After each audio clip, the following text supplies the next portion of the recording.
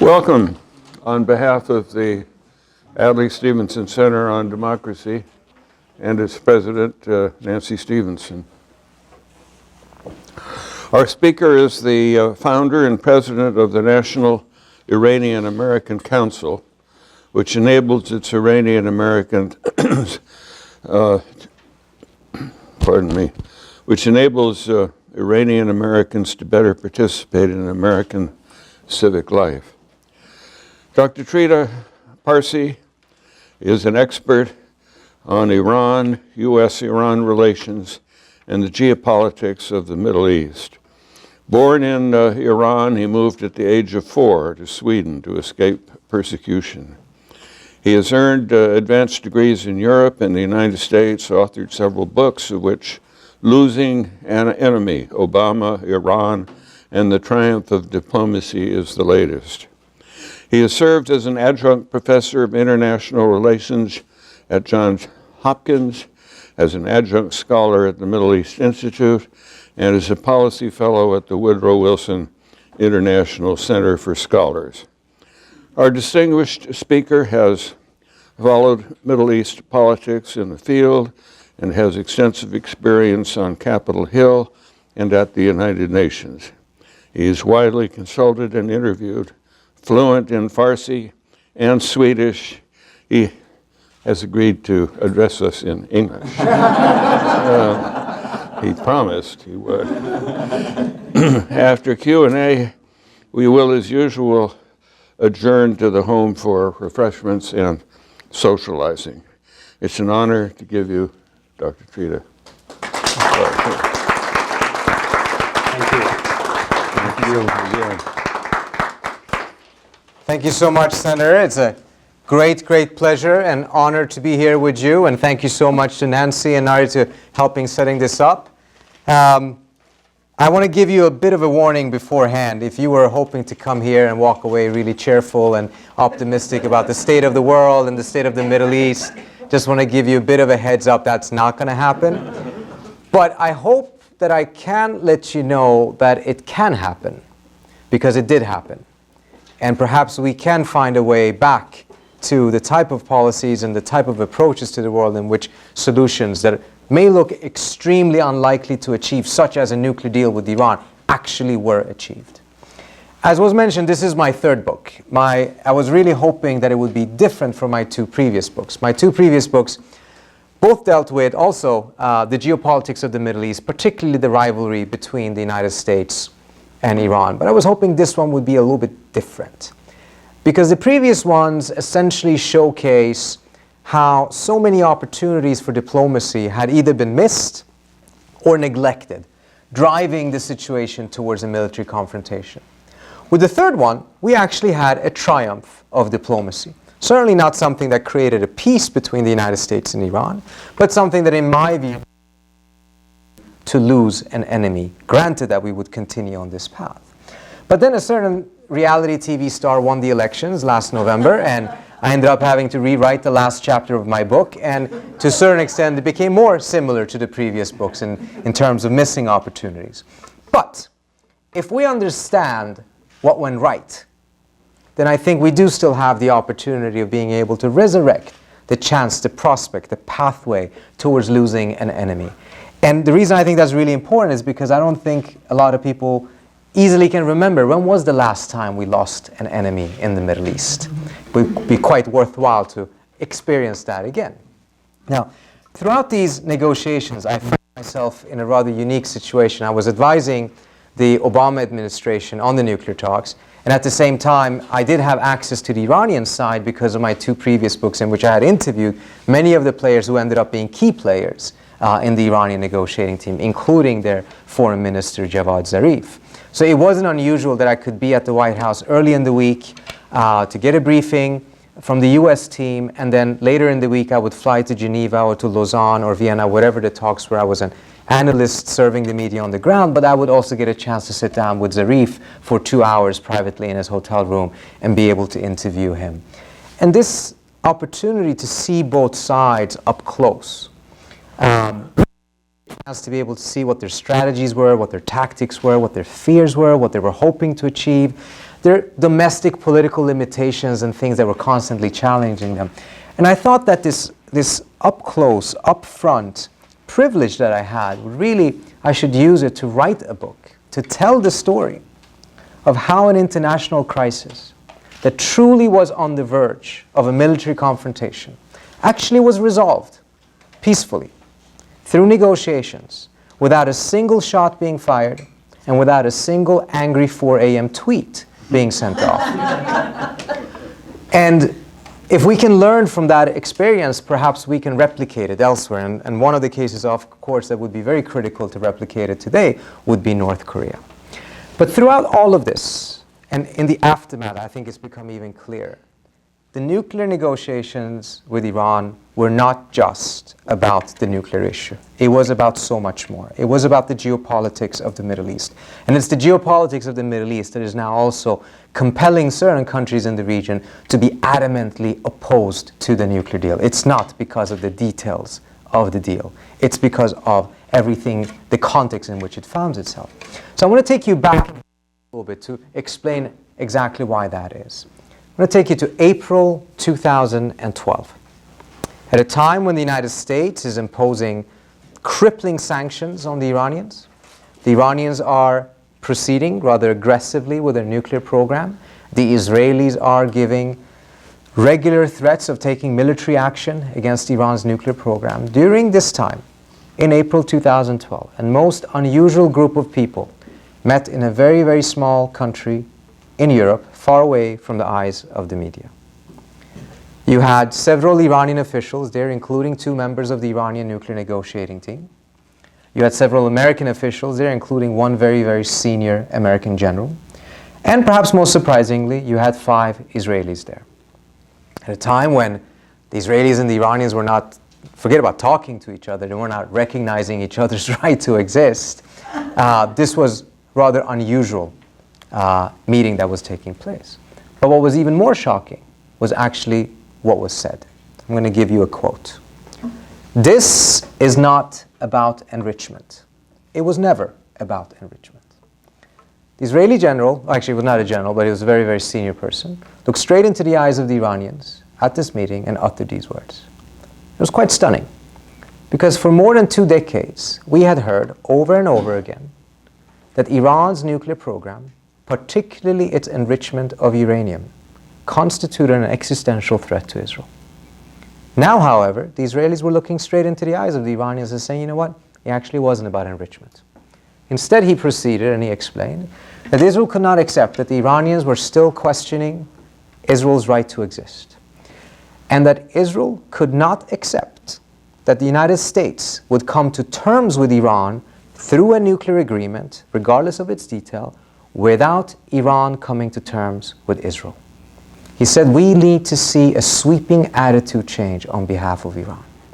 If the United States struck a deal with Iran, again, regardless of the details of that nuclear agreement, it would mean that the United States would have resolved a key portion of its tensions with Iran, and the United States most likely would have moved on because it has so many other global responsibilities.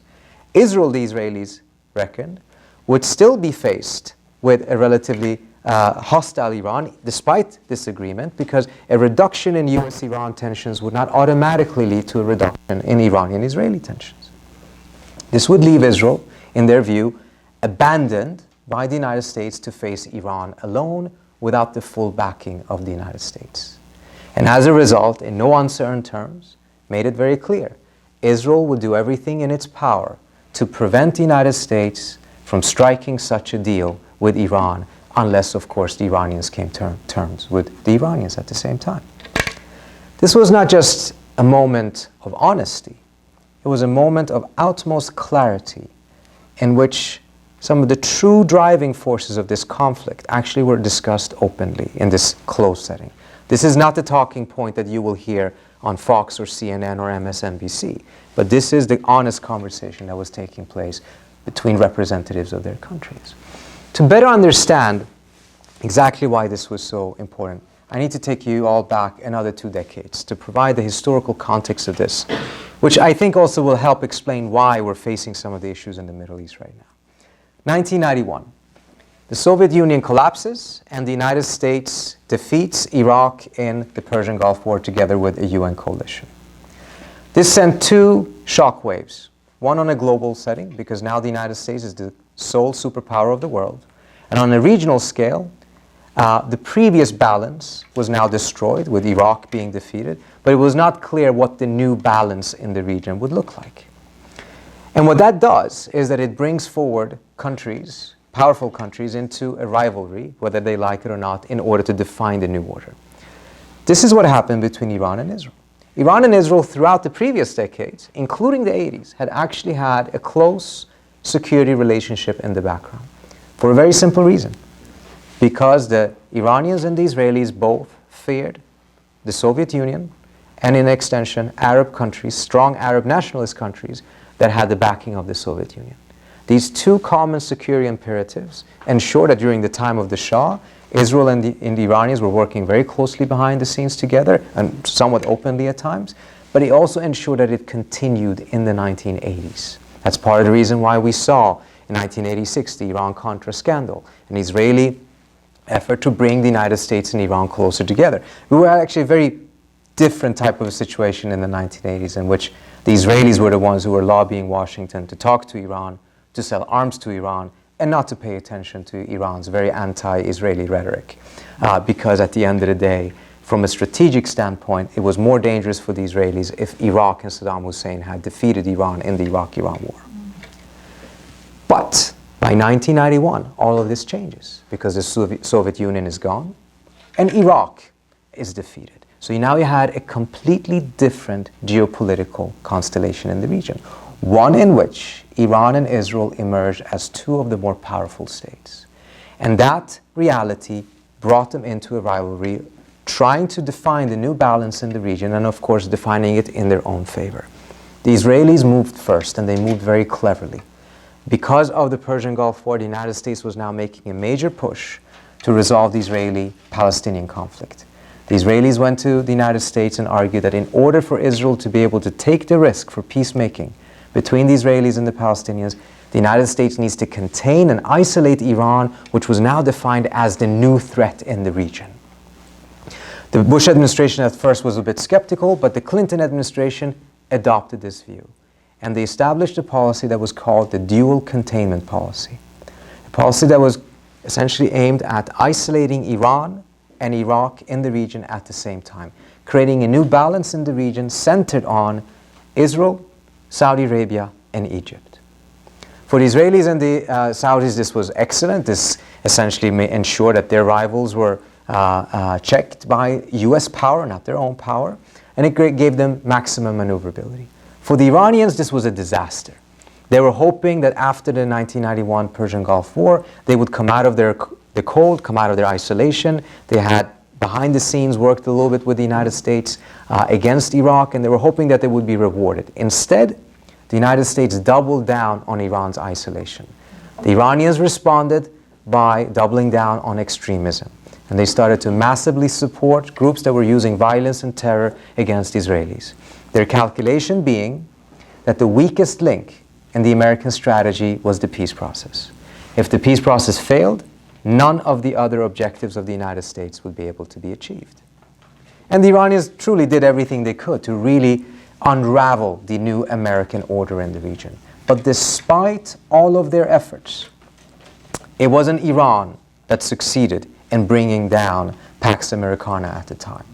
It was the United States itself, or more precisely, Dick Cheney and George W. Bush. By going into Iraq in 2003, not only did the United States destroy the previous order because it was based on the isolation, not regime change in Iraq, but because of the failure of the Iraq War, the United States weakened itself to the point in which it no longer had the capacity to impose on the region a new equilibrium, a new balance. And ever since 2003, 2005, we have essentially had an orderless Middle East. There is no longer a hegemon in the Middle East. There is no longer a combination of states that have the capacity to impose its hegemony on the region, which is precisely why we are seeing so much violence and so much instability. The region has gone from one relatively stable order. That order was destroyed with the Iraq War and the failure of making sure that that would be a success. And now we're transitioning over onto the next balance. We haven't transitioned yet. We're in the middle of that transition. And these transitions are by definition the most unstable periods of a region's lifespan. For the Israelis and the Saudis, the invasion of Iraq and the destruction of dual containment was an absolute disaster. They had enjoyed the best type of security and security umbrella during dual containment, maximum maneuverability, and now that was gone. And more importantly, by taking out Saddam, by taking out the Taliban in Afghanistan, the United States had now also unleashed Iran, because the two powers that immediately were balancing Iran were now gone. And we saw the spread of Iranian influence in the region and the Iranians having far greater maneuverability. For the Iranians, this was a blessing in disguise. On the one hand, the Bush administration was quite hostile towards Iran, but on the other hand, they had taken out Saddam and the Taliban, and they had failed in Iraq, which made it much more difficult for the United States to impose on Iran the isolation that he had successfully imposed on Iran during the Clinton years. The challenge was this. As long as the United States refused to recognize Iran, refused to negotiate with Iran, Iran could not lock in the favorable geopolitical circumstances that had come out of the Iraq War. And this is what they were seeking. And this was precisely why the Israelis did not want to see any US-Iran diplomacy. Because if the United States negotiated and recognized Iran, it would essentially be a recognition that Iran is a major power in the region, and however many problems we have with them, we have to find some sort of a balance with the Iranians, rather than thinking that we can go back to an all-out containment policy of Iran, essentially going back to the pre-2003 balance. That's what the Israelis and the Saudis wanted. Negotiations and a deal with Iran would essentially ensure that that could not happen. And ironically, the Israelis and the Iranians used the same instrument to achieve their opposite objectives, which was the nuclear program. For the Israelis, this nuclear program, this menacing nuclear program that was defined as an existential threat, combined with the Israeli position that the Bush administration adopted, which was zero enrichment. There is not a single centrifuge that can be allowed to spin in Iran. And this was very critical. Zero enrichment was the objective. This was completely unrealistic. If you take an issue, define it as an existential threat, and then you say that the only acceptable solution is one that can never be achieved, you have essentially ensured that this existential issue can never be resolved through a compromise, which the calculation was then would inevitably lead the United States to take military action against Iran. The balance of power in the region that would emerge after a US-Iran confrontation clearly would have been in Israel's favor, the Israelis calculated. The Iranians had a different calculation. Yes, proceeding with the nuclear program would be very, very risky. It could lead to a military confrontation, but precisely because of Iraq, precisely because of the American public having turned so much against military confrontation in the region, it could also lead to a scenario in which the United States shifted its position on enrichment and no longer pursued zero enrichment and actually would adopt a position that could lead to some sort of a compromise, and that compromise would be embedded in a deal that would see Iran recognized as a power in the region. That was their calculation. And here was the crux then for the United States. How do you prevent Iran from getting a nuclear weapon without going to war, without allowing the Israelis to start a war that would suck in the US, and without engaging in negotiations that would enable the Iranians to define the new balance of power in the region? This was the crux. The Bush administration's approach was to completely refuse negotiations and pursue zero enrichment. The Iranians had made it clear over and over again they would never, ever, ever accept zero enrichment. And the Bush administration pursued sanctions, cyber warfare, sabotage, and other types of coercive measures in order to achieve their objective. Whether one thinks that's the right way of doing it or not, set that aside, the track record is absolutely clear. In 2003, the Iranians had 150 centrifuges. These are the machines you use to spin to enrich uranium. By the time Bush left office, Iran had 8,000. Iran had zero stockpile of low-enriched uranium. That's uranium that is enriched to 3.67%. You can only use it for fuel for reactors. If you enrich it further to 93%, you can use it for weapons. Iran had zero stockpile in 2003. By the time Bush left office, Iran had 1,500 kilos, enough for one nuclear weapon. Clearly, a different approach was needed. And this is where Barack Obama comes in. He runs on a platform, not just talking to Iran, but trying to reinstate diplomacy at the center of American statecraft. So it was diplomacy with Cuba, with Venezuela, and of course with Iran. Iran took most of the attention, though. But talking about and thinking about diplomacy with Iran as a state senator in Illinois, no offense, is one thing. Practicing it as President of the United States is a very, very different thing. And President Obama's first approach to diplomacy in 2009 ended up a failure, mostly because of problems on the Iranian side. But within a year, Obama found himself pretty much where Bush had been, with the same instruments at his disposal. Sanctions, coercion, cyber warfare, and sabotage. But precisely because Obama had tried diplomacy, which Bush had not, precisely because Obama enjoyed international credibility and legitimacy, which again Bush did not because of the Iraq War, Obama could achieve and did achieve what Bush could not, which was he managed to assemble the strongest sanctions regime that I think we have ever seen, certainly that the Iranians ever have faced. Sanctions were imposed on essentially everything.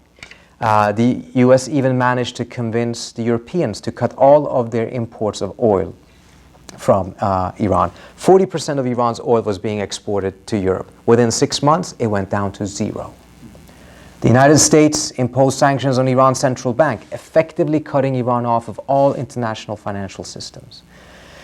The week that happened, the Iranian currency dropped 30% in 1 week. Riots broke out in Tehran for about 2 days. Throughout this period, the Iranian GDP contracted roughly 25% over a course of 3 years. Without a doubt, the Iranians had underestimated Obama. They never thought that he could ever get this degree of international buy-in for the sanctions regime. But Obama had also underestimated the Iranians.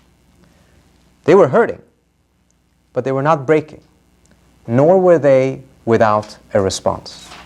If the American calculation with the sanctions were that we're going to sanction Iran and make it as costly as possible for Iran to continue with its nuclear program, so that the Iranians change their cost-benefit analysis and essentially push them to a point in which they have to choose, do you want to have a nuclear program or do you want to have an economy? If that was the American calculation, the Iranian calculation actually was a mirror image of this. They were going to now double down on their nuclear program to convince the United States that the cost of sanctions is more centrifuges. So as the US imposed more and more sanctions on Iran, the Iranian doubled down on the nuclear program and expanded it immensely, with the calculation of convincing the United States that the sanctions path will only get the United States more nuclear facts on the ground in Iran. So you had a three-race clock that started at this point. On the one hand, the clock, the nuclear clock, in which the Iranians were trying to present the United States with a nuclear fait accompli. You had the sanctions clock, in which the United States was trying to get the Iranians to capitulate and give up enrichment altogether. And you had the Israeli wild card, in which the Israelis might just take military action against against Iran. They had made it clear to the US that Israel would not share information about any attack on Iran beforehand. This really did create a lot of problems in the US. In the Pentagon, senior military officials requested that they would have the moon cycle included in their daily briefings because of calculations that there were certain circumstances that would allow the Israelis to take military action. That's how worried the US was that the Israelis would do this. As these three clocks are competing with each other, there's this official P5+1 negotiation taking place. The P5+1 are the permanent members of the Security Council and Germany. These official negotiations really did not achieve much, except for making sure that there wasn't diplomatic track active. Both sides were really good at wasting time and just making sure that the clocks were ticking. Neither side was open to giving up anything early on. Both wanted to see how far could they get with their pressure. The Iranian lead negotiator, Saeed Jalili, used to open up the sessions by giving a 2-hour speech on his PhD dissertation, which had nothing to do with the nuclear program. Next day, he will give the same speech. The Iranians even insisted that as the different delegations gathered, all of the other delegations had to be in the room and seated, and only then would the Iranians enter the room. And once the meeting was over, the Iranians had to get up first, leave the room, and only then were the others allowed to rise from their chairs. Why? To ensure that there were simply no side conversations, that there was no chit-chatting at the water fountain or grabbing some tea or cookies. This was not diplomacy. This was a series of competing speeches in which both sides were just checking out how much is the other side hurting. No one made really any real offers on the table that they really thought could go anywhere. But as this was going on, a certain senator, who later on became Secretary of State, convinced the president that a secret negotiation, a channel to the Iranians, were necessary. If the Iranians were to capitulate, they would never do it in that big forum with the P5+1. Impossible. In order to get that happening, you needed to have a very low-key, secret channel in which the US and Iran could talk much more openly and honestly without any cameras there. With the help of the country of Oman, Kerry argued, this could be achieved. Oman had already helped secure the release of 3 Americans, young Americans who had been wrongfully imprisoned in Iran. I'm sure you heard about the 3 American hikers. They hiked once in their life and now they're forever known to be hikers. They were journalists, they were well-established teachers of English in Damascus, etc. And they were also not hiking in Iran. This is very important to understand. They were hiking in Iraqi Kurdistan, in an area in which the border is unmarked. As they're walking there, they see 3 or 4 soldiers who they don't recognize waving them over. As they walk towards them, unbeknownst to them, they enter Iranian territory. They're arrested and accused of spying. Completely innocent. The Omanis secured their release after more than a year, 2 years, I believe. And they did so because they wanted to show the United States that Oman has this unique capacity of maneuvering this very, very complex Iranian political landscape. And they wanted to prove that to convince the United States to make use of Oman in order to resolve the nuclear crisis, because they were terrified that this would lead to another military confrontation in the region. So by July 2012, the first meeting is held outside of Muscat in the capital of Oman. The American side sends 2 mid-level officials. The Iranians said roughly the same thing. And from the American side, the US delegation shows up with 2 objectives in mind. First one is to see, is this really an authoritative channel to Iran's supreme leader? There was no use of negotiating with people who didn't have authority to negotiate. We wanted to see that this was actually the real deal. The second objective was to see how close are the Iranians to capitulating? How much are they hurting right now under the sanctions? The Iranians came for a completely different reason. They came to see how close is the United States to capitulating on the issue of enrichment. And as you can imagine, both sides talked past each other for roughly a day. The Iranians were peppering the US side with 100 formulations of how enrichment could be accepted by the US. The US side was not even allowed to address this issue. They were there for procedural matters. So both sides walked away rather disappointed, and it was deemed a failure. Then you had the elections in the United States in November 2012, so a lot of these things were put on ice. But by January 2013, a completely different sense of urgency is dawning on the White House. Exactly a year earlier, January 2012, then Secretary of Defense Leon Panetta had publicly stated that Iran's breakout capability is 12 months. Breakout capability is the moment, the time it takes for you to make a political decision to build a nuclear weapon, to having the ready material for the nuclear weapon, meaning that you've taken the enrichment and you're enriched to 93%. 12 months it would take. By January 2013, Iran's breakout capability had shrunk to 8 to 12 weeks. Clearly, the nuclear clock was ticking faster than the sanctions clock. And the president came to realize that unless something changed, the United States would soon only face two options. Either it would have to go to war with Iran, or it would have to accept Iran as a de facto nuclear power. The third option of an Iranian capitulation was increasingly unlikely because the nuclear clock was ticking faster and the Iranians were finding increasing ways to circumvent the sanctions. And the sanctions pressure had actually already started to wane a bit, which is very common. Sanctions are very painful in the beginning, but after a while, countries manage to find ways around that. So the president decided that it was time to go back to Oman. And in March 2013, the parties met again for a second time.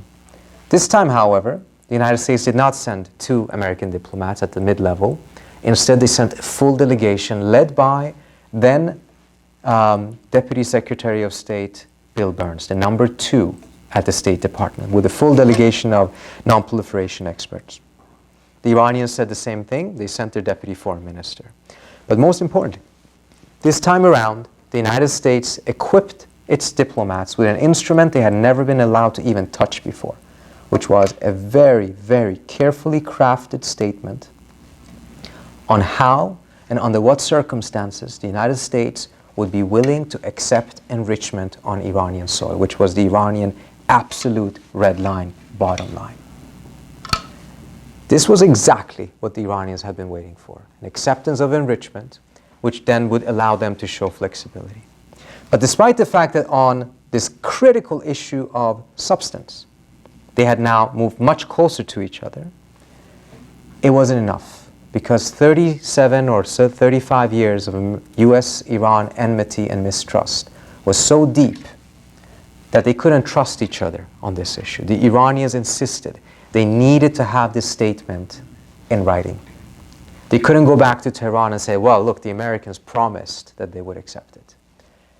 And the US side could absolutely not agree to put this in writing, because if they did, the risk was that it would leak and it would have created a disaster. First of all, this was supposed to be the most valuable concession the US could give the Iranians.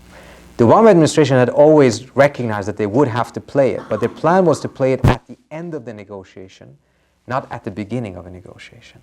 But also, it was supposed to be played in tandem with our European allies, who had been sitting in and suffering under Saeed Jalili's speeches about his dissertation. Now the United States was actually doing this behind the back of the Europeans in secret negotiations directly with the Iranians. If this came out, it would have created massive difficulties with the US's allies, and the unity within the P5+1 could have collapsed. Moreover, the Iranians could have just pocketed the concession if it was put in writing. So they were stuck, despite the fact that they were actually now coming together on the core issue of the substance. The mistrust was still so deep that they couldn't come to an agreement. And the question was, who is there out there in this world who actually has the confidence of the supreme leader of Iran and the president of the United States that can actually bridge this trust gap between the two? Who's their common Facebook friend that they can call on to come in and fill in the gap? And there was only one person that came to mind, and that is the Sultan of Oman, a trusted American ally, but also someone who historically has had very good relations with the Iranians. So the idea emerged that if the United States cannot put this in writing, which it absolutely could not, and send it to Iran, it could put it in writing and send it to the Sultan of Oman. The Sultan would then, in between his chemotherapy, travel to Iran, meet face to face with the supreme leader of Iran, not show him the letter, but convey to him the contents of the letter. The calculation being that if the Iranians then still reject, they have not rejected because they mistrust the US. They would have made a statement that they mistrust the Sultan of Oman, which they could not because of their strong relationship. And as a result, this is how the core issue of this thing actually was resolved. And incidentally, this all happened before Rouhani got elected. This is happening when Ahmadinejad is still president. He was opposed to all of this, but it was taking place in the background. I wanted to mention this not only to emphasize, some of the creativity that went into getting these issues resolved, but also how much the United States needed friends to make sure that things like this could get resolved. Something that I think we are fast losing right now under the current circumstances. But also for a third point, we hear so much about Sunni-Shia tensions and about Arab-Persian tensions in the Middle East right now. I don't want to downplay it in any way, shape, or form. They are definitely there. But we shouldn't also forget it was an Arab country that brought the United States and Iran closer together. I want to leave you with two more thoughts. One is that Bibi Netanyahu positioned himself as the foremost opponent of this deal, of this negotiation throughout all of this. He even went so far as giving a speech in Congress at the invitation of Boehner, which was rather unprecedented, coming to Congress to speak out at the sitting president of the United States. He called it the worst deal ever. He said that this deal would pave Iran's way to a nuclear weapon. But despite everything he did, and I think he genuinely tried to destroy the nuclear deal and destroy the negotiations, it is to a very large extent thanks to Bibi and not in spite of Bibi that this deal came about. See, by defining this issue as an existential threat, Bibi deliberately tried to make sure that the status quo option, the option of just containing the nuclear program and then kicking the can down the road to the next administration, that option would be eliminated. Kind of what every administration has done with North Korea. No one wants to define it as an existential threat because if we do, we have to take action.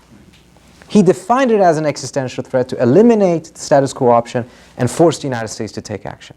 The action he thought the US would take would be military because of no other options. What he underestimated was that the President of the United States would actually be willing to invest in a very difficult and low chance of success diplomatic process in order to be able to resolve this, in order not to have to take military action. Had Bibi not defined this as an existential threat and not eliminated the status quo option, I personally believe that there are good chances that President Obama actually would not have gone down the route of diplomacy because he could have kicked the can down the road. And why would you enter this at a time when it was so difficult to envision this actually being successful? But when the options were either do diplomacy or go to war, it kind of pushed Obama in the direction of pursuing diplomacy. Secondly, on this, despite everything Netanyahu did to try to destroy this deal, there was actually something he could have done that was be so much easier, so much more effective in killing this nuclear deal. Instead of going and saying that this is the worst deal ever and that this will pave Iran's path to a nuclear weapon, he could have just said the opposite. Go in front of the cameras and say, we in Israel absolutely love this deal. This is the best deal ever. This is Iran's defeat. This is the victory that we have been looking for. In an interview with Zarif told me very clearly, if Bibi had done this, he would have had to walk out of the negotiations. Because he had no problem dealing with Bibi's anti-deal rhetoric, because he said this is a great deal for Iran. It kind of silenced the conservative critics in Iran. If he had gone out and said that this is a great deal for Israel, it would have caused all kinds of problems for Zarif and the negotiating team domestically in Iran. And according to him in an interview, I have it quoted in the book, he said we would have walked out. But Bibi never recognized this. And instead, he completely failed. Last point. Right now, we hear so much that there was a better deal. That if we had just gone for sanctions another 6 months or so, the Iranians would have caved in and we would have gotten a much better deal than we do. And as a result, we have to rip up this part and renegotiate. The Obama administration's response, of course, is that no, this was the best possible deal we could have gotten. I actually think there was a better deal. I think there was much better deals from the US's perspective. But they didn't exist in 2015. They existed much, much earlier. 2003, the Iranians sent a full negotiating proposal to the United States under the Bush administration in which they offered to open up their nuclear program for full transparency, to collaborate with the United States against all terrorist organizations, including Al-Qaeda, help stabilize Iraq and collaborate there as the US and Iran had done in Afghanistan. I worked in Congress at the time. My boss received a copy of this. The intermediary was the Swiss ambassador to Tehran, which had been tasked by the Bush senior administration to be the go-between the US and Iran in the absence of a US embassy in Tehran. He always came to our office whenever he was in town, which was every 5 or 6 months, to give a briefing to members of Congress of the situation in Iran. He stopped in our office because my former boss used to live in Iran and he spoke Farsi, the only member of Congress from Ohio, but who spoke Farsi. He gave us the proposal, and the idea was, can you make sure the president sees this? Because there was a fear that if it just went to the State Department, it would never make it to the president's desk. So my boss sent it to Karl Rove through a page. He called back within 2 hours. His first comment was that this is intriguing, and he wanted to know if this is an authoritative, authentic proposal. And I said, well, it was the Swiss who delivered it, and the Swiss job is to vet these things so they don't deliver things that are not authentic. He said, it's fascinating, and that's the last we heard of it. Until about 4 months later, there was an article in the Financial Times that said that some sort of negotiation offer had been made by the Iranians to the Bush administration, and the Bush administration's response had been to reprimand the Swiss ambassador for having delivered it in the first place. Iran had 150 centrifuges at the time. 2005, the last proposal the Iranians sent to the Europeans before Ahmadinejad becomes president and everything essentially goes downhill. They sent a proposal in which they offered to cap their program at 3,000 centrifuges. The Europeans never sent a proposal to the US. These are all public documents at this point. You have copies of them in the end of the book. They offered to stop it at 3,000. The Europeans never bothered to send it to the US because they knew Bush would reject anything above 0. By the time the US struck a deal with Iran in November 2013, once the interim deal was struck, Iran had 22,000 centrifuges. He had 10,000 kilos of LEU, enough to be able to build 8 to 10 bombs. He had 190 kilos of medium-enriched uranium as well. I mean, that they were on the way towards that. In one of the meetings at the White House, someone raised this 2005 proposal of the Iranians, trying to figure out, where do you think you're going to end up on the centrifuge issue? Are you going to get more or less than the 3,000 that was offered back in 2005? And the US diplomat's response was, you know, we would jump on that proposal today if we could, but that ship has sailed. We're constantly chasing proposals we could have gotten. We could have said yes to 2 years earlier.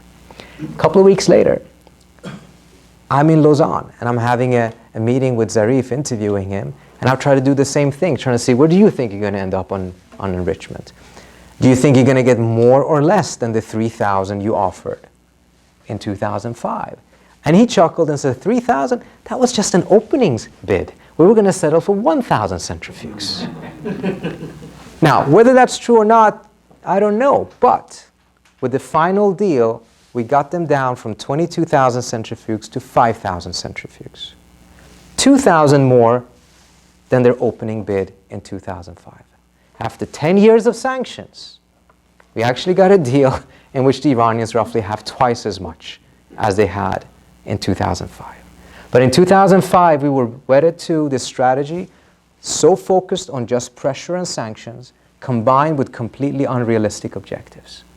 And that's, I think, one of the big warning signs that comes out of this. That's the approach the United States used on Iran. We lost a decade. Sanctions hurt them, but it didn't hurt their nuclear program.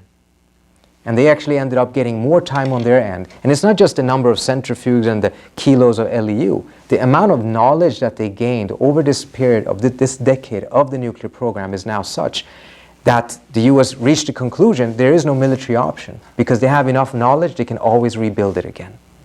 Now, this is something I think is critical that we have to keep in mind now when we address issues such as North Korea and others. That if we pursue policies that are so centered on tweets and tough rhetoric and pressure, combined with completely unrealistic demands, ultimately the other side is likely to be able to gain the most out of this. And I hope we really take that to heart, because I'm more worried about the North Korea situation than I am about the Iranian situation right now, at least in the short term. But I think to understand then now today why Saudi Arabia and Israel is still so adamantly opposed to this deal. Why the Saudis kidnapped the Lebanese prime minister, forced him to Riyadh for 3 weeks, forced him to resign, trying to create a conflict in Lebanon. It all goes back to what is the balance of power in the region. With this deal, the United States essentially accepted, whether we like it or not, Iran is a giant in the region. We cannot internally try to contain and isolate it. We have to come to terms with it one way or another. They're going to have massive interest in the region, and we cannot prevent them from having that. We have to find a different way of dealing with Iran. This is the nightmare scenario for the Saudis, because it means that we're no longer committed to using all of our power to balance Iran to the benefit of the Saudis or others in the region. And what we saw happening in Lebanon for a couple of weeks ago, and I think is going to blow up again, is an effort to start a war in the region that will force the United States back into the Middle East with a very strong military presence, with the hope that it will then get the US to be stuck there and commit itself to essentially continue to try to isolate and contain Iran for the foreseeable future. If you're Saudi Arabia, that makes perfect sense. It's your way of getting the balance of power back to the pre-2003 order. If you're United States, it may not make any sense at all. We have to ask ourselves, what is the interest of the US in this scenario to go back into the region and fight a battle that 2 administrations prior had essentially concluded could not be won, that something had to be given. And I just wanted to stop on these words, not because I wanted to really depress you all, but because I wanted to make you understand that as you are hearing about the nuclear deal, whether it was too many centrifuges or the sunset provisions, it's not about that. As that Israeli official said, it was never about enrichment. Thank you so much.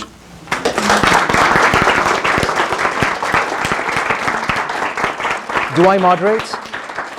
Do I call on people? Yeah. Okay. Go ahead. Can you give us some perspective on the centers of power domestically within Iran?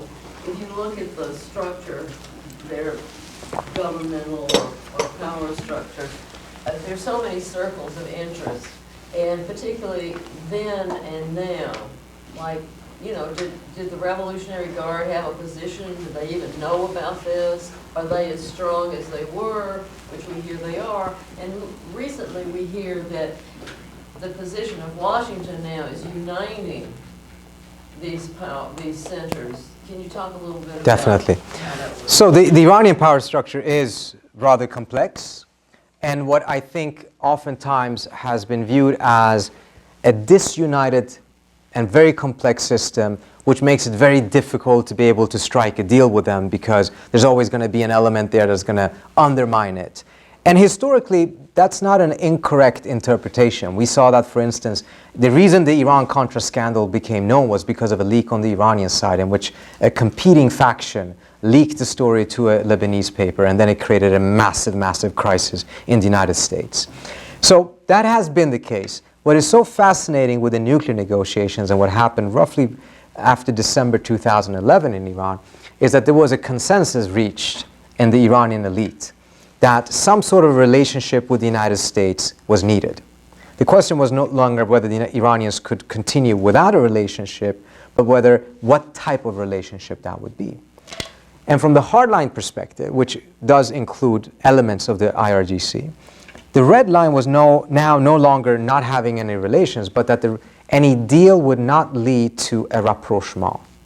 Because what they're fearful of is that after you have a nuclear deal, you will also have economic relations, and as you have economic relations, America would start becoming present inside of Iran economically, which then would lead to political influence down the road, which would then change the political balance of power inside of Iran. So their biggest fear was not whether there's a deal or not. They had essentially conceded that point, and they were all more or less united on that, which is why we didn't see, a letter from 47 Iranian parliamentarians to the President of the United States saying, don't bother making a deal with Rouhani because we're going to just undo it as soon as he leaves office. We saw that letter coming from the US Senate because there was actually more divisions on the American side. But the area that they were very adamant about preventing is that this would be the stepping stone of actually losing an enemy. So you had that element inside of Iran as well. But it wasn't so that they had managed to veto it. The line that was taken was, first we'll see what happens on the nuclear deal. If the United States lives up to the nuclear deal, other issues can be put on the table. And even before the nuclear deal was struck, Kerry and Zarif were having plenty of, not negotiations, but plenty of conversations about regional issues. But it wasn't negotiations. What has happened now, this is I'm very, very worried about. Khamenei, never came out like completely hugging the deal, but he was saying, go ahead, strike this negotiation, do the best you can, but mark my words, the United States cannot be trusted, and the United States will renege its word, and they're going to walk out of this deal sooner or later, and they're going to stab Iran in the back. And a very large segment of the society did not believe him. They believe that he's overly skeptical about the United States, and they have been skeptical about his skepticism. Now with Trump in, and only months, weeks into it, he's starting to unravel the deal, decertified it in Congress, etc. The hardline narrative in Iran is starting to become, in the eyes of even its critics, is starting to become vindicated. It's not that the hardliners themselves feel vindicated. They would feel vindicated regardless of what happens. They will talk themselves into that. But people who have been so skeptical of the hardliners are starting to think Khamenei may have been right. Perhaps the US simply cannot be trusted. And this is very problematic because this deal had a tremendous amount of support in Iran, particularly amongst the youth, because they want to break out of their isolation. They want to connect with the world. They're not anti-American. They want to have connections with the United States. And instead, that generation, which I think was a strategic asset for the United States, is starting to become very skeptical because of what is happening now with the nuclear deal and the way that the Trump administration is starting to undermine it. Do you have any idea what is the source of the uranium that Iran is using? Did they mine it themselves? Did they buy it from somebody? Or? They do both, but they have their own mines as well. And as part of the nuclear deal, the IAEA is inside Iran's nuclear program. So they're in every element. They have inspections and instruments in the mines. In every process, the inspections regime is actually present. Are they selling some to North Korea? I don't think they're exporting any of it, to the best of my knowledge, but they're mining it on their own, and I think they're buying some of it as well. There's an argument that ultimately this nuclear program didn't make a lot of sense because they don't have enough uranium to be able to sustain it for very, very long. That may be true or not, but they do have enough right now. Do you think that Israel would like a protracted military presence by the U.S. in the Middle East now? You described Saudi as having an interest in that, but yes, do you have the same? I think the Israelis do, but the Israelis are not as desperate as the Saudis are. Israel is a very, very powerful and very, very capable country, so it can handle most of these issues on its own. And even though, of course, it would like the United States to be fully involved, it feels comfortable handling most of it on its own. The Saudis are in a completely different position. We hear a lot, of course, about how Iran is arming, etc., and it's true, and there's a lot of negative activities that they're engaged in the region. But I would like to ask you all, how much do you think Saudi Arabia spends on arms? A lot that we give them. We give them a lot. How much? Give me a number. 10 billion? 20? That was $3 billion that they just bought. They spend roughly 60 billion. They just signed a deal of $110 billion of weapons a year. 2015, they were spending more. Actually, I'm not going to give you that statistic. How much do you think Iran is spending? 15 billion. 15 to 16 billion. The Saudis are spending roughly 4 to 6 amount of money on military spending than the Iranians are. And in fact, the Iranian military has gone up. It used to be closer to 11. 2015, the Saudis were spending more on arms than the Russians were. So they were the number 2 military spender in the entire world. The Israelis are roughly at 25, so is the UAE. So any type of measure you use, whether per capita, per size, population, the Iranians are spending a fraction of what the GCC is spending. Yet the Saudis feel tremendously, tremendously insecure. And I think it is not just because of the capacity, it's because of the fact at the end of the day, the Saudis are buying their security. They're renting their security. They're not capable of defending themselves. They have weapons, but they don't know how to use them. I mean, they've been fighting the Houthis for 3 years and they haven't achieved anything. If you are renting your security, just as much as if you're renting your apartment, that is going to give you a degree of insecurity that you don't have if you bought the apartment. And that inherent degree of insecurity is causing them to be in a very different position from the Saudis. And right now, almost every geopolitical trend, including almost every domestic political trend, is going against the interest of the House of Saud. Under those circumstances, having the United States strike a deal with Iran, recognize Iran, And they also recognize that Obama did this partly because he wanted to have a way of also being able to create some distance from the Saudis. And I think Obama recognized this for reasons that go beyond what any other American president would understand. And that is because of the fact that he grew up in Indonesia. He did have a Muslim stepfather, he had a Muslim father as well. He saw what Islam in Indonesia looked like 30, 40, 50 years ago, whatever it was that he was there. And he sees what Islam in Indonesia looks today after decades of Saudis funding Wahhabi mosques and centers and educating Muslim clerics, bringing them to Saudi Arabia, giving them this really, really radical training and then sending them back. Indonesia is a very Wahhabi country today compared to what it was before. Obama could see this. So when he heard all of the talking points that Iran is the problem in the region, etc., it's Iran radicalism that's the problem, he knew from his own experience that that wasn't Iran that was radicalizing people in Indonesia, it was Saudi Arabia. That's not to say that Iran is innocent in any way, shape, or form, but we have had so much focus on Iran and we have so much neglect of what some US allies are doing. And he wanted to create a bit more of a balance so that by having a different relationship with the United States, the US actually would be in a position to put a little bit more tough love with the Saudis, put a little bit more pressure on them when they were doing things that were highly, highly problematic, such as providing seed money for ISIS or providing seed money to Al-Qaeda, which they did according to the Obama administration. So this goes back to the Israelis don't have the same degree of insecurities because they have their own capabilities. The Saudis are in a much, much more desperate position. And I think that's part of the reason you see the Saudi crown prince do things that are just simply unthinkable. I mean, I have to say I find it still a bit bizarre that a country kidnapped the prime minister of another country, held him hostage for 3 weeks, forced him to resign. Once he came out, thanks to the intervention of France's President Macron, he took back his resignation. And we're hardly talking about that. Imagine if Iran had done this. It would have been all over. It's wrong whoever did it, but we're not talking about some of these things. And I think that reveals our degree of dependence on some of these countries that I think ultimately may not be good for the US's long-term interest. I'm going to go to... Oh, sorry. Saudis are hiring mercenaries from other countries? Are they hiring people from other Well, the countries? Saudis have been... Everyone in the region does that. So that's like the least of... Sorry? To use in their military? The Saudis are using that. The UAE is using Blackwater Colombian fighters to fight in Yemen. in Yemen. They had 50 UAE soldiers die. They pulled out and they started using Blackwater instead. Yeah. Oh, So, I mean, unfortunately, that's happening a lot. Another reason, you all saw the Muslim ban, various versions of it.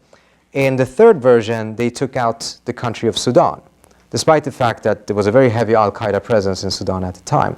But it turned out that the reason why they were taken out was because the UAE was lobbying for Sudan to be taken off the list in return for the Sudanese sending mercenaries to fight for UAE in Yemen. So precisely because Sudan has a lot of mercenaries, they were taken off the list. Do you believe that Saudi Arabia has a knife over the United States by all of the military equipment they're buying from the United States, providing jobs for the American public? I think that is a factor. I don't know if I would describe it as a knife, but clearly Maybe just a stick. a sharp stick.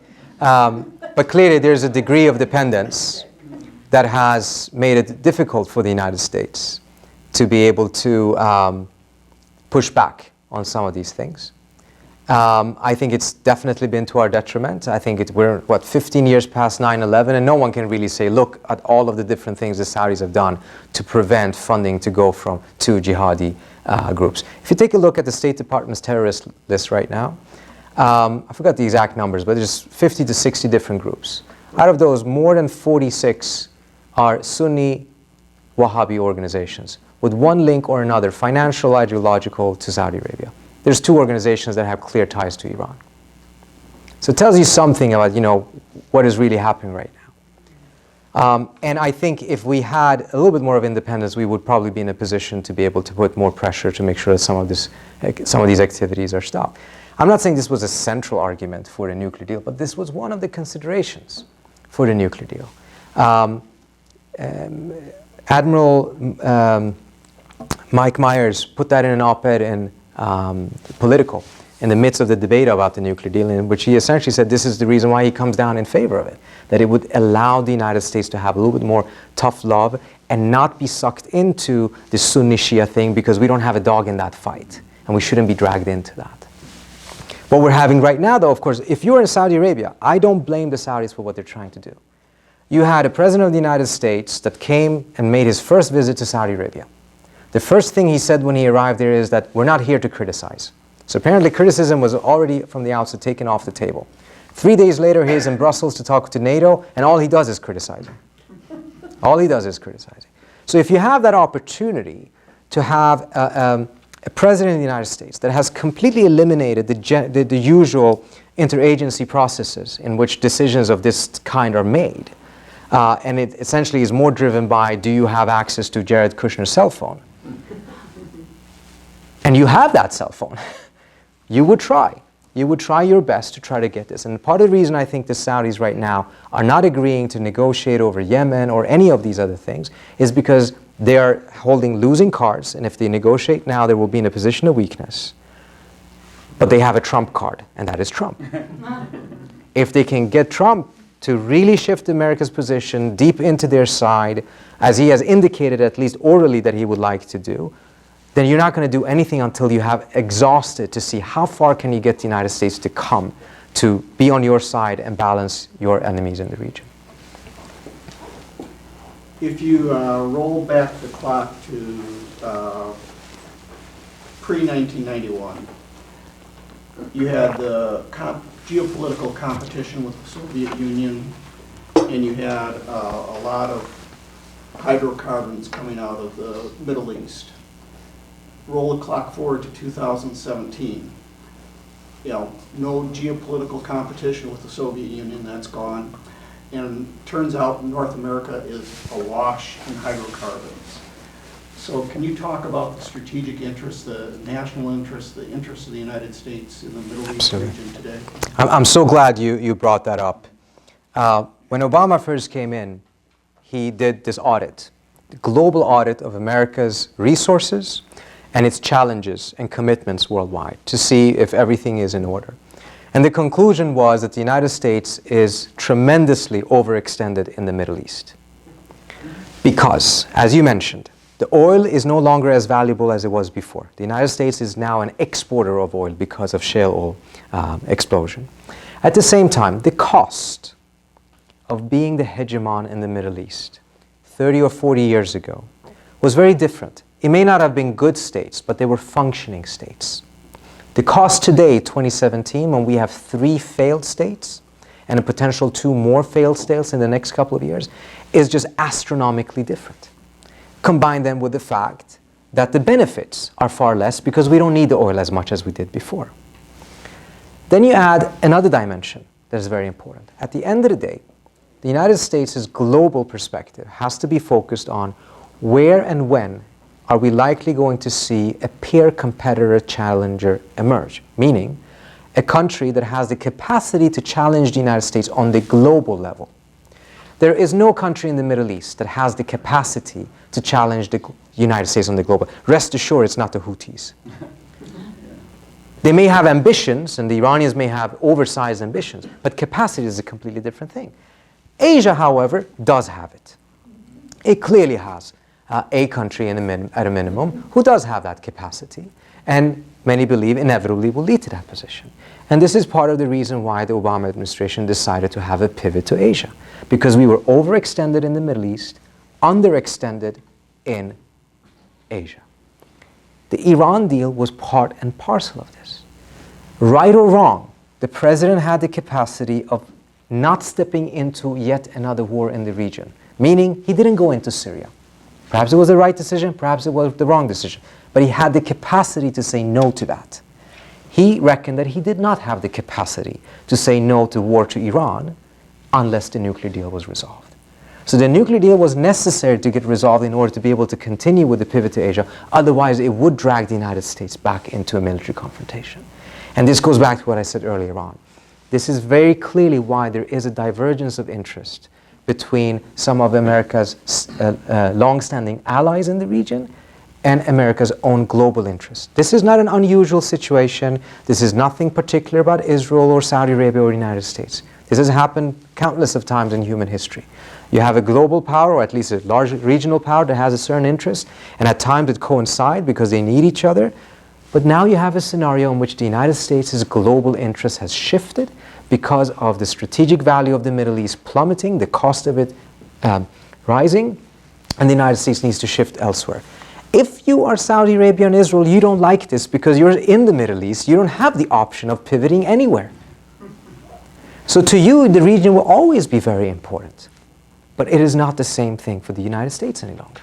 So even if we had a different outcome in the elections, I suspected that this fundamental geopolitical reality would be the foundations for the U.S.'s future policy in the region, and why the nuclear deal as a result made sense.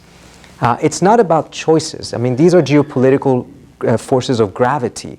Gravity doesn't care what you think of it.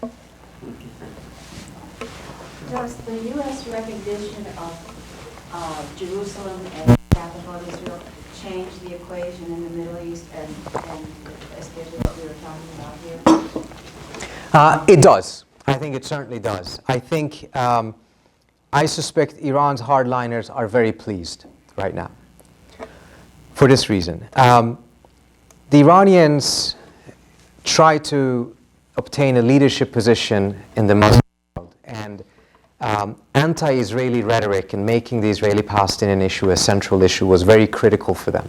They use anti-Israeli rhetoric in order to bridge the Persian-Arab divide, the Sunni-Shia divide. Political Islam was their way of gaining leadership in the Middle East.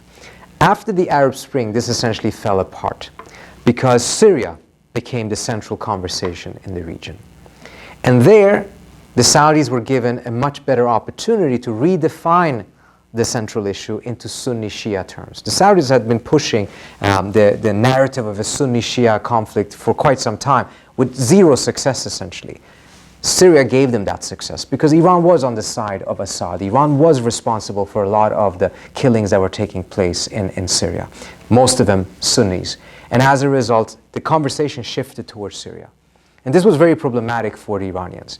I remember in one interview, senior Iranian officials admitted to me that Iran has more soft power in Latin America now than it has in the Middle East because of how angry the Arab world was at Iran because of Syria. And at times, the Iranians were trying to shift the conversation back to Israel-Palestine with no success. Trump did it for him now. Now Jerusalem is once again. I mean, remember 2014, when you had another confrontation between Hamas and Israel. The biggest demonstrations in the entire world against what Israel was doing, where you saw strong sentiments against that war and Israel's position in that, were in Barcelona, it was in London, it was in Berlin. None big in the Arab world. The conversation was still very much centered on Syria as a result of this decision, which again doesn't seem to make a lot of sense. It has further enabled critics of the United States in the region to say the United States has no leadership, its vision is completely outdated, yeah, again, I think the hardliners are out there protesting, but they're very happy because this is giving them an opportunity that they could not have created for themselves. Well, I think one more. That let's assume that there are entrenched political elites in Iran. The first part of the question would be, is that an appropriate way to start to understand the political system there? Second, as part of the question, how could the U.S. prove that it could not be trusted under the current nuclear agreement?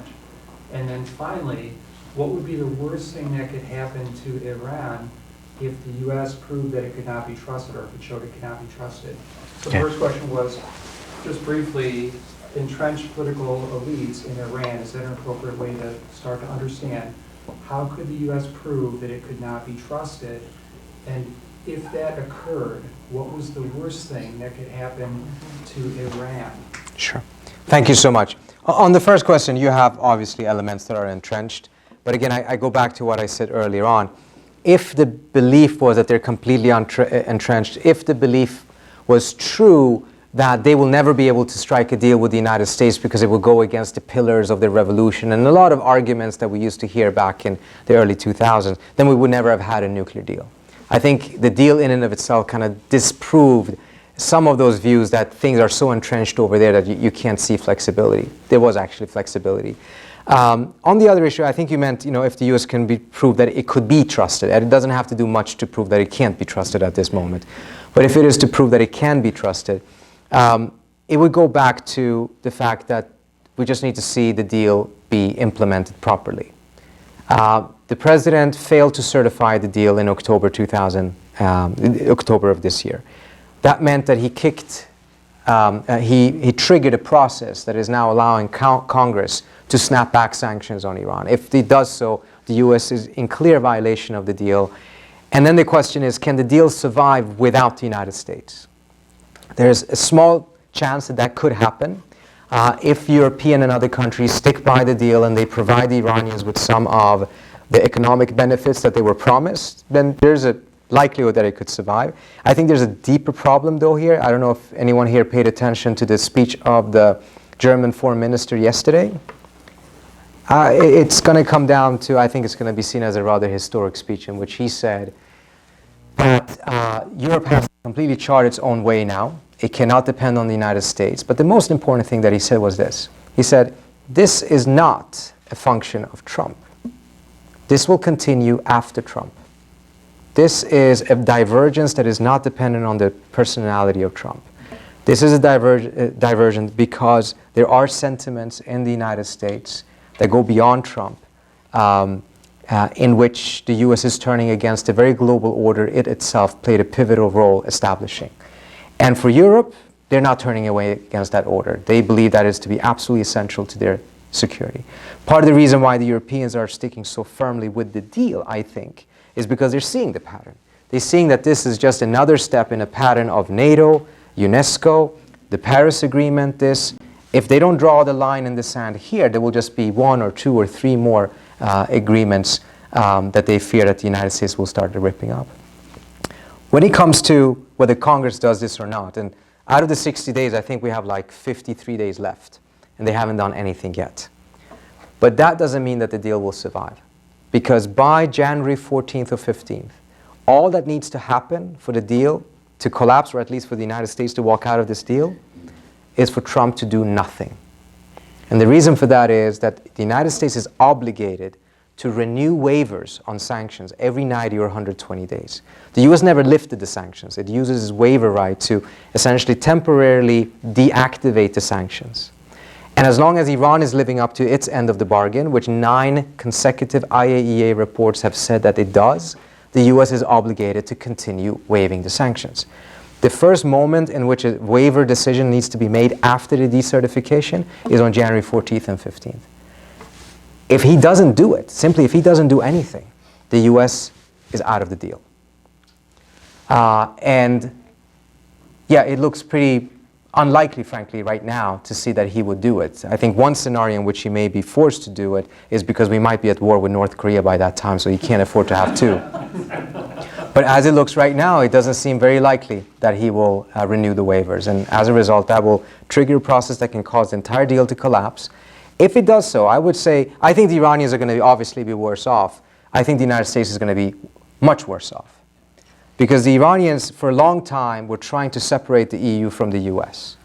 Particularly during the time when the US was isolating Iran. As long as the US had the Europeans on its side, it was much, much more effective in that isolation. Right now, they don't have to do much to create further differences between the US and the EU. So we are moving into a much more multipolar world, global order right now, which is going to be much more beneficial to the Iranians than the unipolar system.